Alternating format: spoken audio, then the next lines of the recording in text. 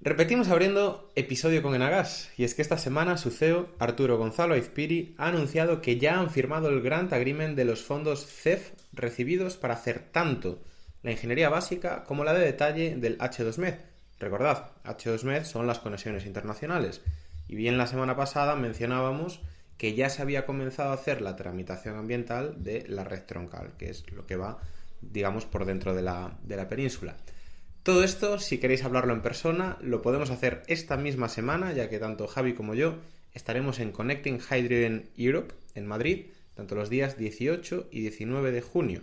Un evento líder con más de 55 expositores y 3.000 asistentes que, como todos los años, se da lugar en IFEMA. Así que allí nos vemos. Yo soy Bryce Armiño. Y yo soy Javier Pollos.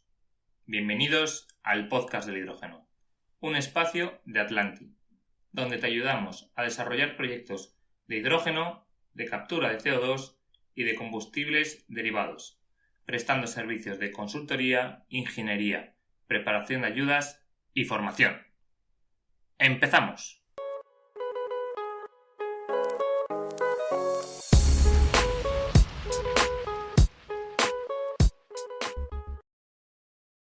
Tenemos en el episodio de hoy a Juan José del Campo, asesor en tecnología, y a Imad Akari, responsable de desarrollo de negocio para hidrógeno en AMPO.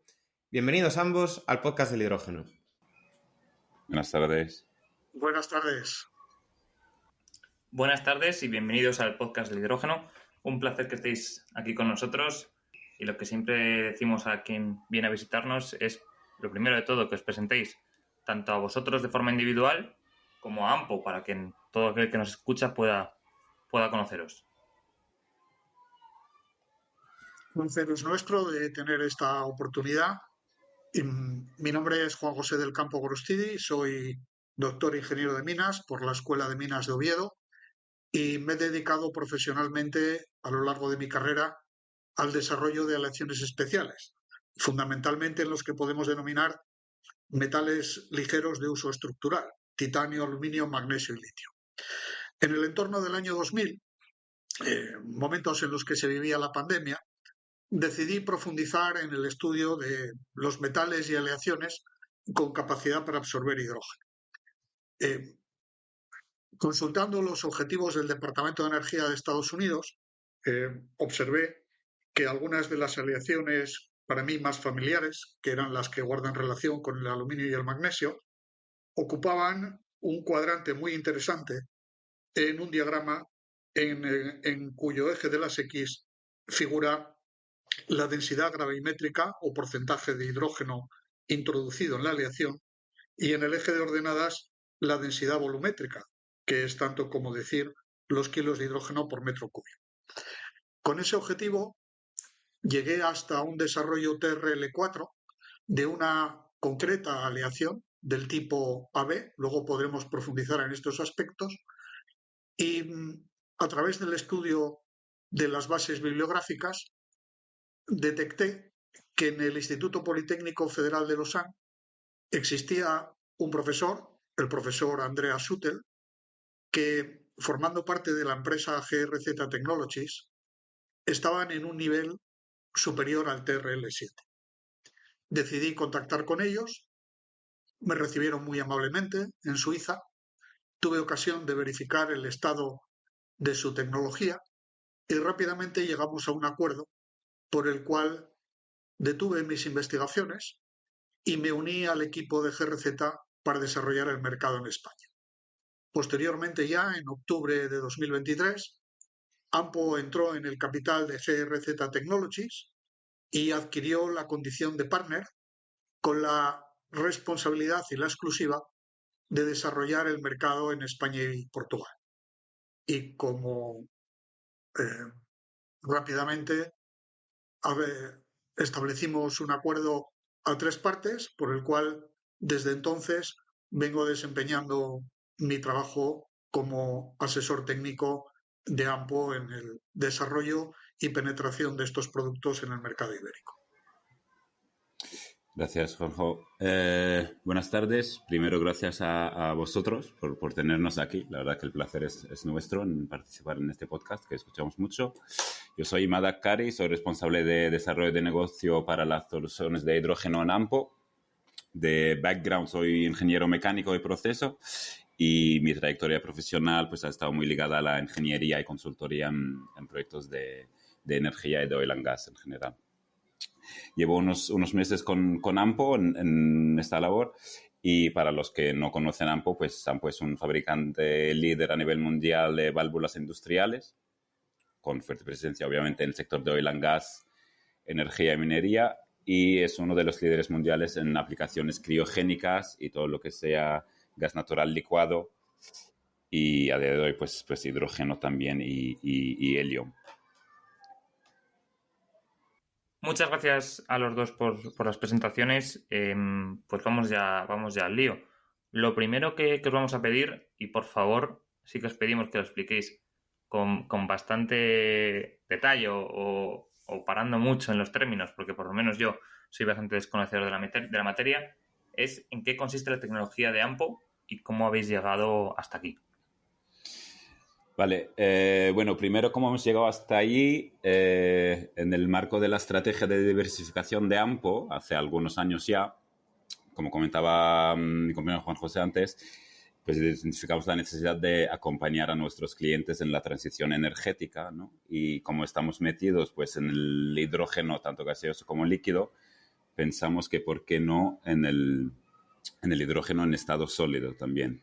Entonces allí empezó esa colaboración con GRZ, donde fuimos partners del capital y también partners comercial en la península ibérica. La tecnología, al final, los hidruros metálicos es hidrógeno, como he dicho, hidrógeno en estado sólido. Es una tecnología que permite almacenar hidrógeno de forma segura, compacta y sin necesidad de compresión ni criogenia. GRZ en origen empezó como una spin-off de la Politécnica de Lausanne. Fue fundada por el profesor Sutel, como comentaba Juan José antes. Es una referencia internacional en investigación sobre hidruros metálicos, junto con dos de sus alumnos, uno de los cuales es el actual CEO de GRZ, pues fundaron esta empresa. En una primera ronda de inversión de GRZ entra Hyundai, el fabricante de automoción surcoreano. Y bueno, ahora os contamos uno de los productos de GRZ que también integra uno de los equipos de Hyundai para dar una solución Power to Power. En una segunda ronda se sumó el grupo alemán Fischer, que es fabricante de tubos de acero inoxidable, y entramos AMPO también. Vale, muy interesante. Pero yo quiero ya empezar en lo técnico porque, como decía antes Javi, realmente nosotros aquí somos bastante ignorantes. Quiero decir, normalmente nos hacemos los tontos en los programas y hacemos muchas preguntas, pero que ya sabemos. Pero sí que es cierto que yo un hidruro metálico solo lo he tenido una vez en mi vida, en la Fundación del Hidrógeno de Aragón. Allí, gracias, Pedro. Pesaba un montón, parecía así como una botella, pero nunca he terminado de comprender realmente cómo es el funcionamiento y cuál es todo el espectro de aplicaciones que tienen. Entonces, yo sí que os quería preguntar claramente, y aquí al que responda le voy a parar muchas veces porque voy a necesitar entenderlo bien, pero ¿qué son y para qué sirven los hidruros metálicos? Bueno, me lanzo a la piscina como me invitas, tal y como me invitas.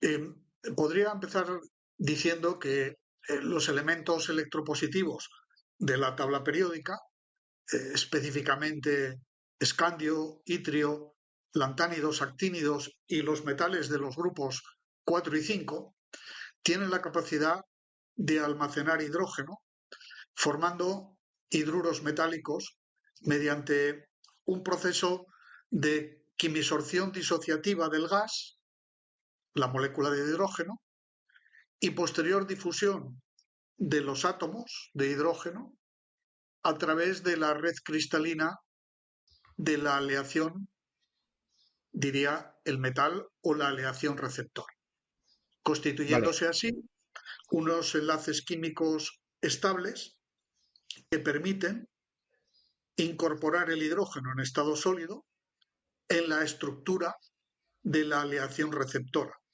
ocupando huecos de red. Vale, Esos huecos de red, Juan, sí, Juanjo, para que yo lo entienda, entonces, nosotros tenemos un metal, que vamos a imaginarnos un cubo de metal, sí. al cual se le puede insertar hidrógeno que químicamente se queda ligado a esas moléculas, a esos átomos. El, el metal receptor, si se trata de un metal puro, que no es el caso habitual, o la aleación, que es el caso más frecuente, y, Ujú. y las aleaciones pueden ser de diversos tipos que se denominan metal A, metal B, AB, o proporciones diferentes del metal A y del metal B, AB2, A2B, Vale, AB5, etcétera, esas aleaciones que presentan ventajas respecto tanto a la capacidad de absorber hidrógeno como de desorberlo frente a lo que es un metal puro, digo, esas aleaciones son el material receptor de los átomos de hidrógeno. vale. Me puedes preguntar, ¿y cómo se produce ese proceso? En primer lugar, de quimisorción disociativa del gas hidrógeno en estas aleaciones. Bueno, pues esto hay que entenderlo como un proceso que no es un proceso de fisisorción, sino que es un proceso de interacción de la molécula gas hidrógeno con la energía superficial de la aleación receptor. De manera que a través de la energía vibracional de esas moléculas, que por ser un estado gaseoso es esencialmente un estado desordenado, encuentran el umbral de oportunidad energético para quimisorberse en la superficie de la aleación receptora. Para que esto suceda, se tiene que dar, evidentemente, una compatibilidad entre el gas hidrógeno y la aleación receptora. Y ese gas hidrógeno ha de tener una presión mínima necesaria, que se cifra en un umbral situado entre 10 atmósferas y 35 atmósferas de presión. ¿Es posible absorber hidrógeno en hidruros metálicos a presión inferior a 10 bar? La respuesta es sí, pero en un proceso industrial requerimos una cinética adecuada. Y esa cinética adecuada sitúa el umbral óptimo de presión en un rango 25-35 atmósferas. ¿Y esto es para que haya algún proceso, no sé, de difusión más rápido dentro de la estructura o por química pura? La presión es una variable que activa la posibilidad de la quimisorción disociativa. Es decir, una vez que la molécula de hidrógeno se absorbe en la superficie mediante un proceso de quimisorción, que en definitiva supone saltar una barrera energética, esa barrera energética se supera más fácilmente cuando Vale, favorecemos el desorden molecular. Esos átomos procedentes de la disociación de la molécula de hidrógeno experimentan un proceso difusional a lo, a lo largo de la red cristalina de la aleación receptora, que es la vale, segunda etapa del proceso de absorción. Y debido a que el átomo de hidrógeno tiene un radio iónico pequeño y su movilidad, por tanto, es elevada, es susceptible de ubicarse en posiciones intersticiales, ocupando lo que diríamos en metalurgia los huecos, eh, las vacantes existentes en la celdilla en la cual la aleación cristaliza. Por tanto, vale. es un doble proceso de quimisorción superficial, disociativa y de difusión de los átomos de hidrógeno como tales en la red cristalina de la aleación receptora, constituyendo enlaces químicos estables, por lo tanto, almacenando el hidrógeno en estado sólido en un material que denominamos hidruro metálico. Esto es, el hidruro metálico es el resultado de la incorporación de los átomos de hidrógeno a la red cristalina de la aleación receptora. Vale. Y yo ahora, ya para hacerme una imagen mental más genérica, o sea, este tipo de hidruros, vamos a decir un sistema, ¿no? Lo que es el propio núcleo del sistema de hidruros. ¿A qué se asemeja si lo abriéramos? ¿Sería un bloque macizo metálico? ¿Serían muchos pellets que podemos meter el hidrógeno y el hidrógeno se almacenaría dentro de ellos? ¿A qué forma tomaría? Se asemeja a una solución sólida. En metalurgia distinguimos tres estructuras cristalinas. La propia del metal puro, que será una estructura típicamente cúbica centrada en el cuerpo, hexagonal compacta, cúbica centrada en las caras. Distinguimos, digo, la estructura de un metal puro de la estructura de una solución sólida. La solución sólida, en metalurgia, el acero es una solución sólida de carbono en la estructura de la austenita, que da lugar, en el caso de la aleación hierro-carbono, a un aumento de su dureza, debido a la incorporación de los átomos de carbono en posiciones intersticiales de red.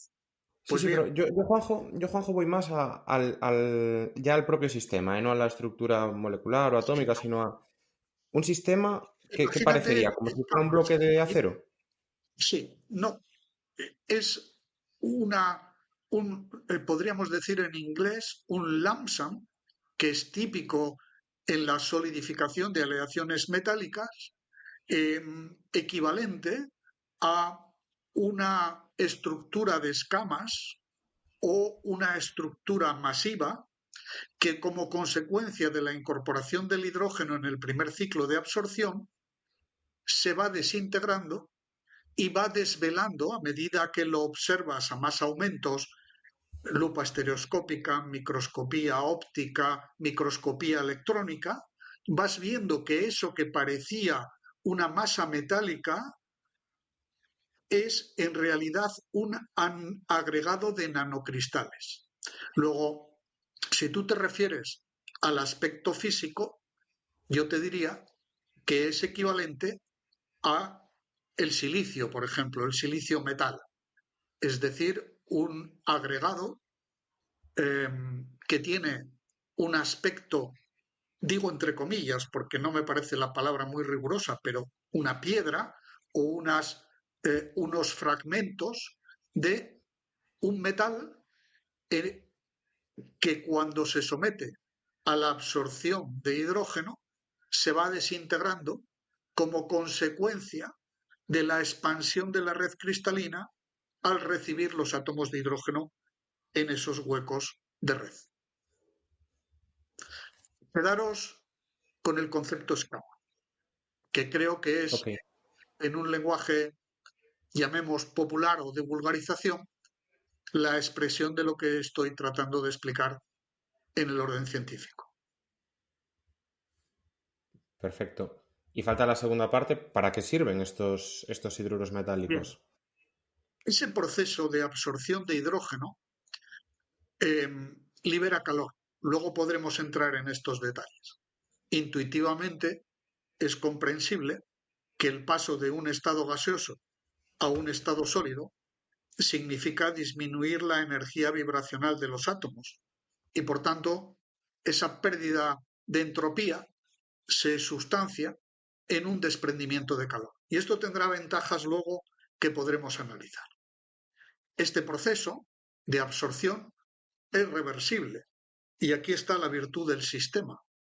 De forma inversa al proceso seguido para absorber el hidrógeno, podremos desorber, liberar ese hidrógeno a la presión necesaria para su utilización posterior, siendo el proceso gobernado por leyes químico-físicas propias de la termodinámica sin que intervenga la compresión mecánica en la absorción ni tampoco en la desorción del hidrógeno almacenado. ¿Cuál es la ventaja principal de estos sistemas? Yo apuntaría dos, luego podremos entrar con más profundidad en este aspecto. Las principales características son dos, digo. La primera, permite alcanzar densidades energéticas volumétricas con la tecnología de hoy, comprendida entre 50 y 75 kilos de hidrógeno por metro cúbico, lo cual es superior al valor alcanzable con un hidrógeno presurizado a 5.000 bar, que se limitaría a 40,7 kilos de hidrógeno por metro cúbico. Por tanto, primero, densificación, mayor energía volumétrica. Y segundo, seguridad. ¿Por qué? Porque ese almacenamiento de hidrógeno en forma de hidruros metálicos, en el estado estacionario, es decir, una vez que se ha producido la absorción, el receptáculo, digamos, el contenedor de hidrógeno en el cual están los hidruros metálicos, que son tubos de acero inoxidable, se mantienen a una baja presión, del orden de 2 a 3 bar. Por tanto, seguridad y densificación de energía volumétrica son los dos parámetros en los que los hidruros metálicos juegan con ventaja respecto al hidrógeno presurizado o al hidrógeno licuado. Y aquí, bueno, estás hablando ahora de almacenamiento, ¿no? De, oye, pues nosotros en ese sistema introducimos el hidrógeno, eso se ata químicamente, por así decirlo, a la propia estructura metálica, libera calor en el proceso y después tenemos pues un sistema de almacenamiento, entre comillas, a una presión segura y con una alta densidad volumétrica. Claro, pero también hemos escuchado que esto sirve para comprimir, ¿no? ¿Cómo hacemos para comprimir a través de hidruros metálicos? La compresión de los hidruros metálicos es factible, puesto que aquí hay que señalar que hay multitud de aleaciones planteadas y la investigación en este campo es muy intensa. Solo en GRZ tendremos más de 300 aleaciones catalogadas, gracias fundamentalmente al trabajo de investigación del profesor Suttel y de su equipo. Cada una de ellas tiene una característica que las diferencia del resto y que es la denominada curva presión, composición, temperatura. Esas curvas presión, composición, temperatura determinan las características y el comportamiento de la aleación receptora en tanto la condición de absorción como de desorción. Y de lo que se trata es que la absorción pueda ser realizada a la menor presión posible requerida en la línea de hidrógeno y la desorción que pueda realizarse a la presión que el usuario necesita. En el caso de que el off-taker de hidrógeno requiera una presión superior a 1,10 bar, que son las presiones típicas de salida de un depósito de hidrógeno de los que GRZ comercializa, entramos en otro campo que es el que tú me preguntas, y es el de la compresión termoquímica. La pregunta es, ¿podemos liberar el hidrógeno a mayor presión que lo hemos absorbido? Y la respuesta es sí. ¿Por qué? Porque estas curvas presión, composición, temperatura son paramétricas respecto de la temperatura. Esto es, si a este sistema en el que el hidrógeno está formando parte de la aleación metálica como hidruro metálico, le aumentamos la temperatura y pongo, por ejemplo, 50, 60, 70 grados centígrados, no estamos hablando de calores de combustión elevados, estamos hablando de calor excedentario de proceso que podríamos calificar de baja energía, entre 40 y 70 grados centígrados, podemos producir un aumento exponencial de la presión en el dispositivo. Por eso, GRZ distingue los sistemas de almacenamiento, que llamamos DASH, Dense and Safe Hydrogen, de los sistemas HYCO, Hydrogen Compressor. Los primeros, los DASH Storage, están homologados hasta presiones de 50 bar, y los segundos, los sistemas de compresión, que obedecen al mismo principio termodinámico, están homologados para alcanzar presiones superiores a 380 bar. Por tanto, nuestros compresores termoquímicos, basados en la propiedad del hidruro metálico, para cuando se eleva su temperatura, aumentar exponencialmente la presión, sin participación de energía mecánica, tan solo térmica, permiten alcanzar las presiones de recarga de vehículos pesados, camiones y autobuses, y también la de los equipos de intralogística. Estamos trabajando actualmente en cooperación con Hyundai en poder alcanzar una presión de 1000 bar, con lo cual entraríamos en los sistemas de movilidad, los vehículos con pila de combustible. Ok. Yo aquí os quería preguntar acerca de los materiales que usáis. Sí que has comentado que existen varios tipos. Es una pregunta muy interesante, por cuanto que entre los materiales que se postulan, las distintas aleaciones, GRZ tomó la decisión de no utilizar tierras raras, de no utilizar metales del grupo del platino y de no utilizar materias primas críticas según definidas por la Unión Europea.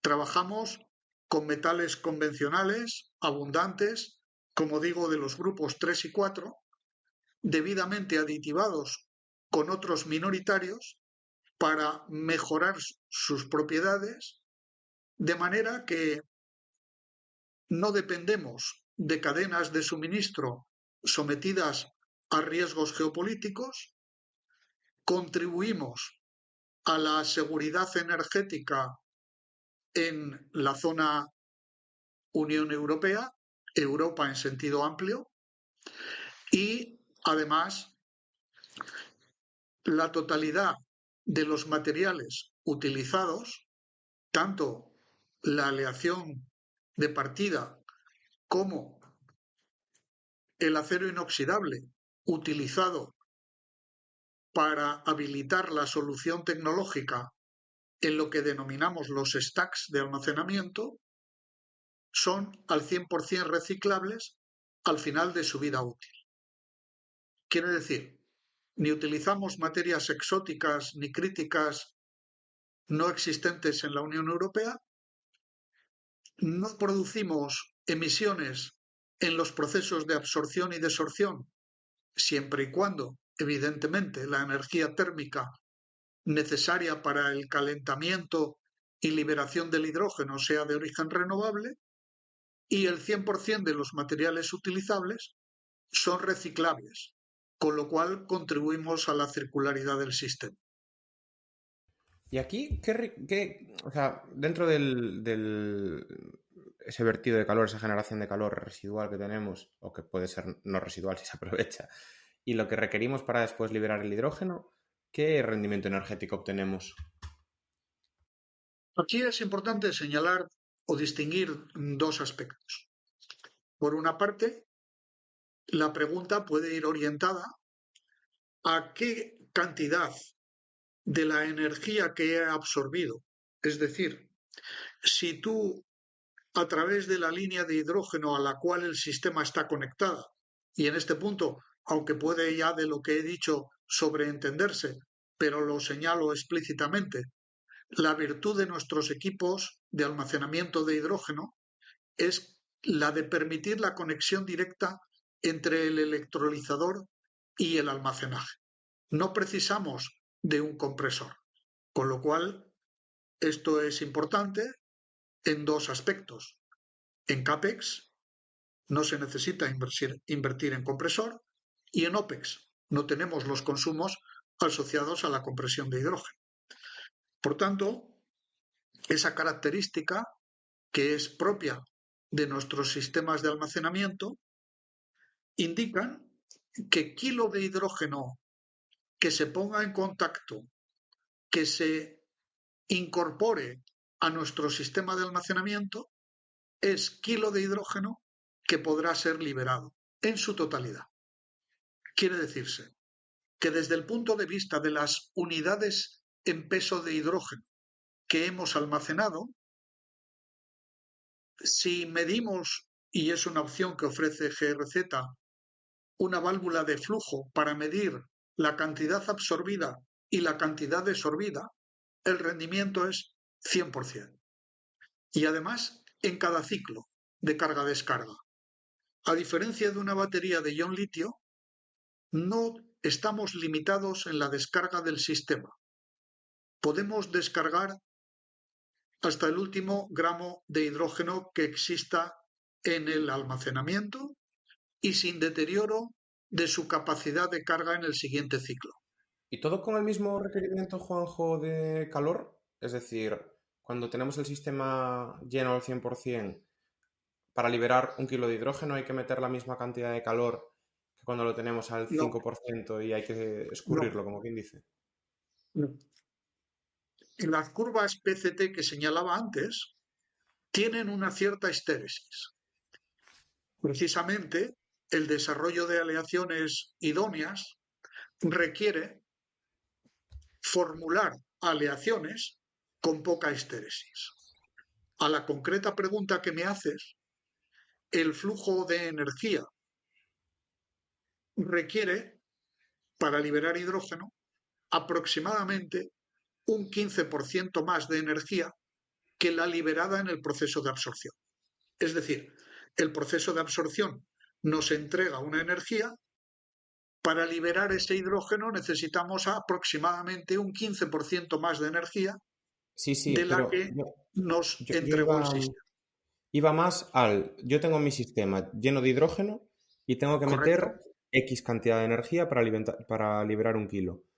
Si ese Correcto. sistema en lugar de estar al 100% de hidrógeno está al 5%, para liberar un Sí, kilo es la misma cantidad de energía la que tengo que la introducir. misma cantidad de energía. Correcto. La energía va asociada al flujo caudal de hidrógeno de liberación y a la presión de liberación.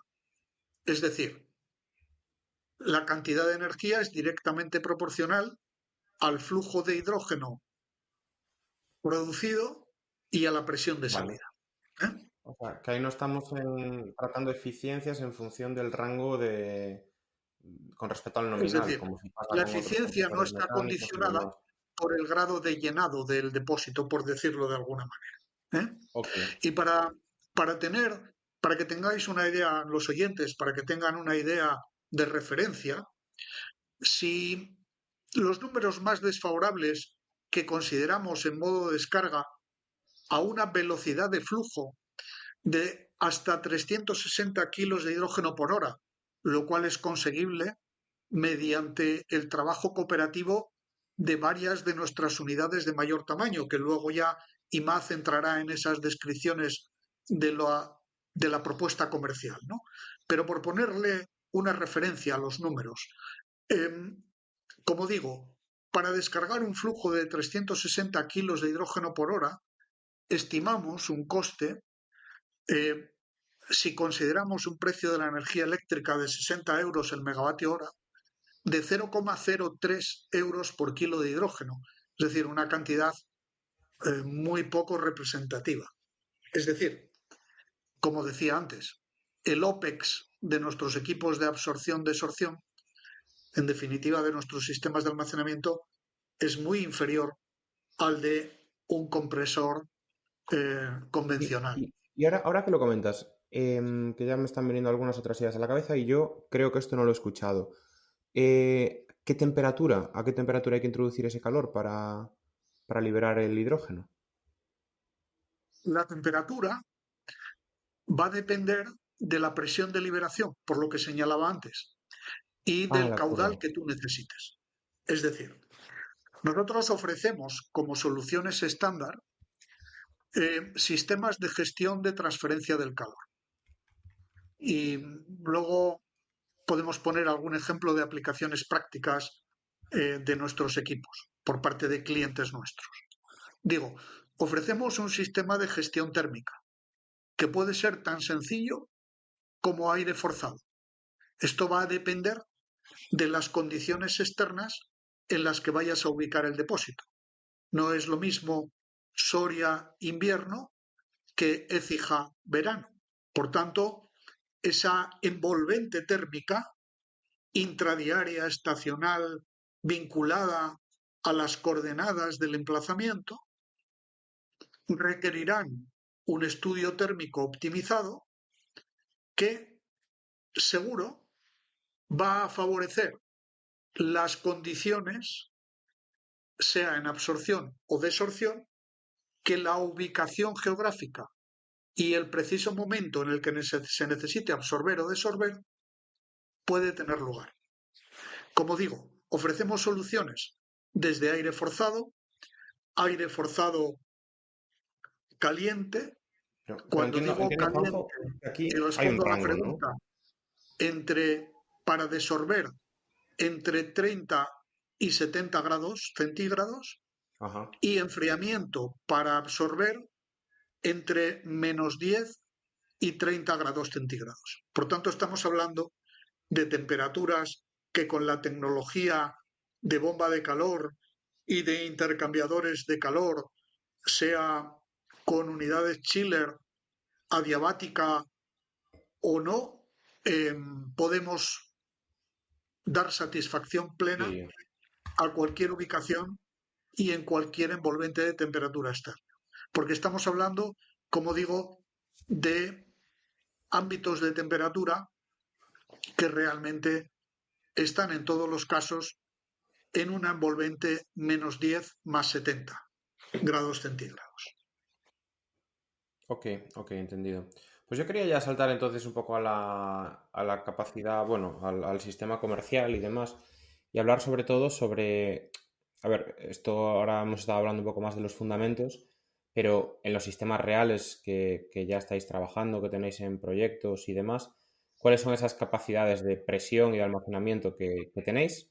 Y también cómo estáis escalando estos sistemas según el tamaño del proyecto. Es decir, entiendo que por mucho que un módulo tenga un tamaño, se podrá apilar o combinar para dar más Exactamente. capacidad.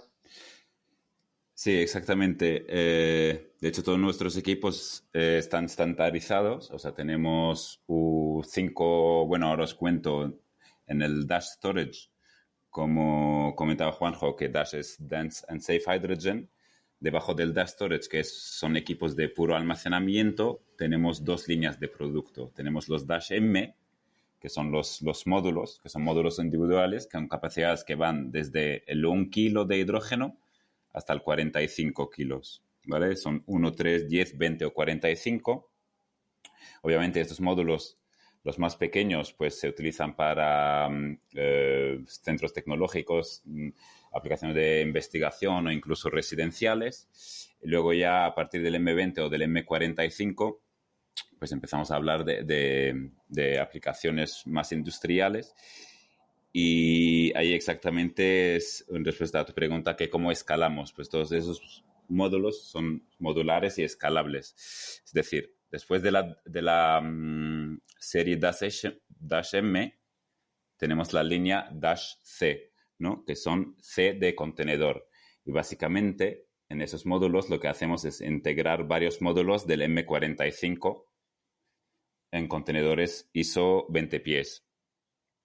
Empezamos por el Dash C45, que es almacenamiento 45 kilos de hidrógeno en un contenedor, hasta el Dash C675, que allí tenemos capacidad para 675 kilos de hidrógeno, es lo que quiere decir son 15 M45 dentro del contenedor. Y a partir de ¿Contenedor, ahí, más, perdona, contenedor de qué tamaño era? 20 pies. Eso es, contenedores de 20 pies y a partir del C675, que es, digamos, el mayor contenedor que tenemos, a partir de ahí lo que solemos decir es el sky is the limit. O sea, a partir de ahí se pueden instalar tantos equipos como se requiera para un proyecto, depende de la necesidad del proyecto. Tenemos unas Hombre, a ver, ofertas de hasta un contenedor de 20 6.000 pies kilos. es lo que decíais antes, ¿eh? O sea, un contenedor de 20 pies con gas comprimido. Alguno he visto llegar, pero no muchos he visto llegar a ese tamaño de almacenamiento. Claro, claro, ahí está la densidad, ¿no? Que es una de las características de los hidruros metálicos, que tenemos unas densidades muy altas. Entonces, a partir de ahí se pueden instalar cuántos contenedores se requiera para un proyecto. Es decir, hay ofertas de hasta 8 contenedores C675 instalados en paralelo para almacenar 6.000 kilos de hidrógeno. Y estos contenedores se pueden instalar funcionando en el mismo régimen o en regímenes opuestos. Es decir, se pueden estar todos absorbiendo o desorbiendo el hidrógeno a la vez, o cuando se requieren regímenes opuestos, pues también ahí hay un punto a favor, es que se puede aprovechar esa gestión térmica, dado que la absorción es exotérmica y la desorción es endotérmica, pues se puede aprovechar ese intercambio de calor, ¿no? entre los contenedores que estén funcionando en regímenes opuestos. Luego, aparte del almacenamiento puro, están las soluciones que os comentaba antes, Power to Power, que integran también la pila de combustible de Hyundai. Y ahí estamos hablando también de nuevo contenedores de 20 pies que tienen almacenamiento en hidruro metálico, con pila, con inversor de CAC y todos los equipos auxiliares. Tenemos 5 modelos de nuevo. El más pequeño ofrece 175 kilovatios eléctricos pico, 75 kilovatios eléctricos en media y 0,9 megavatios hora de almacenados en hidruros metálicos. Es decir, tenemos 12 horas de potencia media almacenados en hidruros metálicos. Y el mayor equipo allí, estamos hablando de 500 kilovatios eléctricos pico, 320 media y 4,5 megavatios hora eléctricos de almacenamiento. Esto ya almacenamiento con la eficiencia de la pila de combustible y la equivalencia hecha. Y en cuanto a los compresores, como os decía Juanjo, los modelos actuales que tenemos comerciales son hasta 380 bares. Tenemos dos modelos hasta 220 o 380 de presión de descarga y a la entrada de 10 o de 30 bares. Y actualmente estamos desarrollando la solución de hasta 1000 bar, como os comentó Juanjo también. Yo os quería preguntar también a ambos, en este sector, ¿qué innovaciones podemos esperar ver en los próximos años? Que entendemos que hay muchas innovaciones también en función de las aplicaciones. ¿Y qué será necesario para que sucedan y las podamos ver? Bien, en cuanto a las innovaciones que podemos esperar en los próximos años, el principal reto al que se enfrenta el desarrollo de aleaciones es poder alcanzar densidades de almacenamiento superiores a los 70 kilos metro cúbico en los que estamos hoy. Teóricamente, sería posible alcanzar los 245 kilos de hidrógeno por metro cuadrado. Esto es, perdón, por metro cúbico.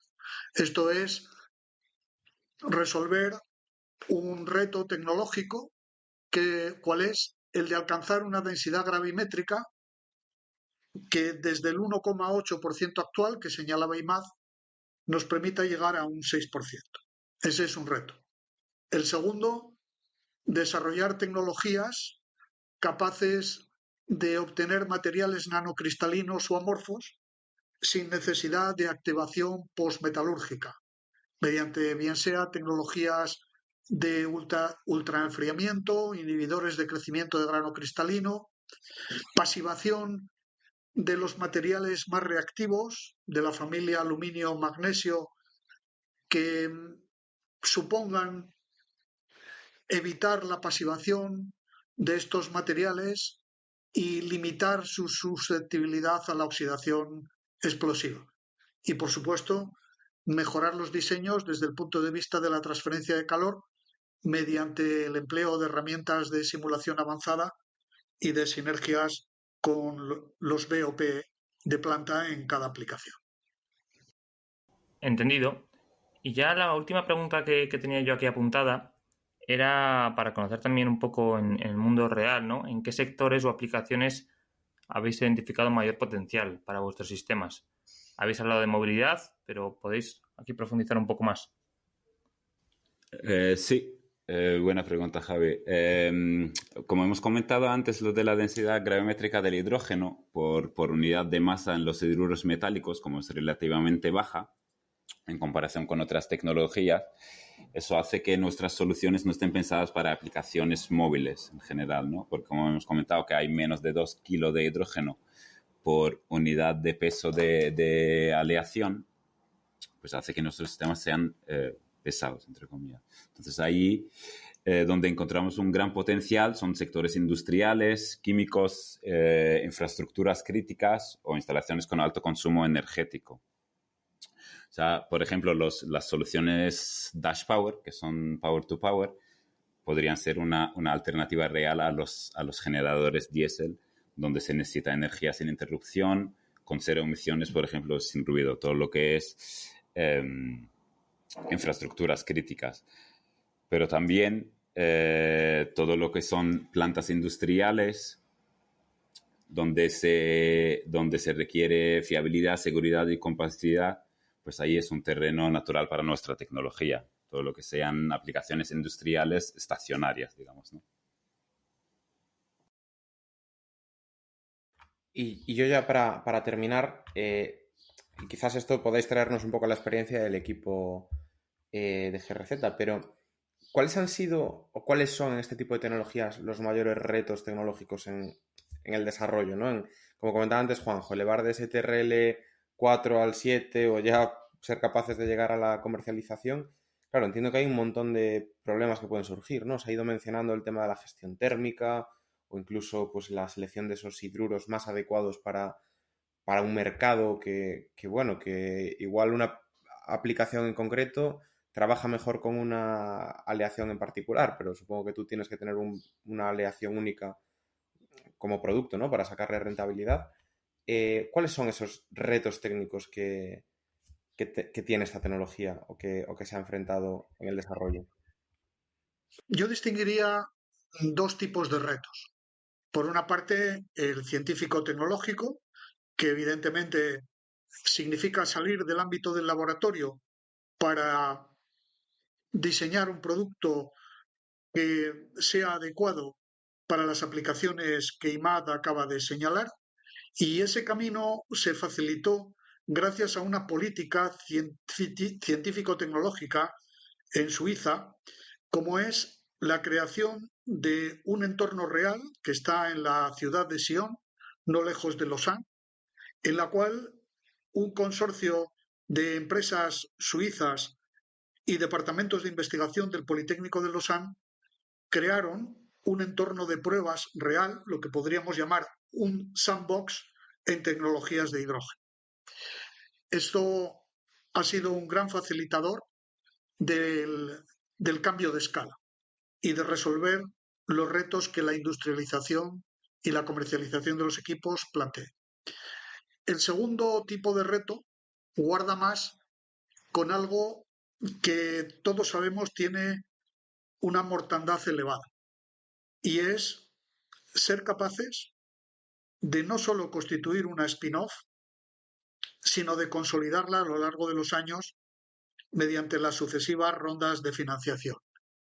Y en este sentido, GRZ Technologies contó con el apoyo de una fundación suiza para iniciar su camino en el mundo empresarial, pero no es menos cierto que la calidad de los desarrollos y el interés industrial de los mismos permitió que en sucesivas rondas de financiación se hayan incorporado al capital de GRZ empresas del tamaño y de la solvencia de Hyundai, de Fisher Group, principal fabricante de tubos de acero inoxidable, y posteriormente AMPO y otros partners. Pues muchísimas gracias a los dos. Yo creo que aquí ya podemos cortar el capítulo. Desearos mucha suerte a todos los retos que llegan por delante y enhorabuena por los que habéis conseguido. Y nada más, nos veremos prontito. Muchas gracias a ambos. Muchas gracias a vosotros. Muchas gracias por esta oportunidad. Gracias, chicos. Un abrazo. Hasta luego, abrazo. Un abrazo. Y hasta aquí ha llegado el capítulo de hoy, en el que hemos tenido el placer de contar con Juan José y con Imad, expertos en el campo de los hidruros metálicos. Esperemos que os haya gustado y que nos acompañéis durante los próximos podcasts, ya que es mucho lo que tenemos y queremos contar. Dadle a like y suscribiros para ayudar a que este podcast crezca.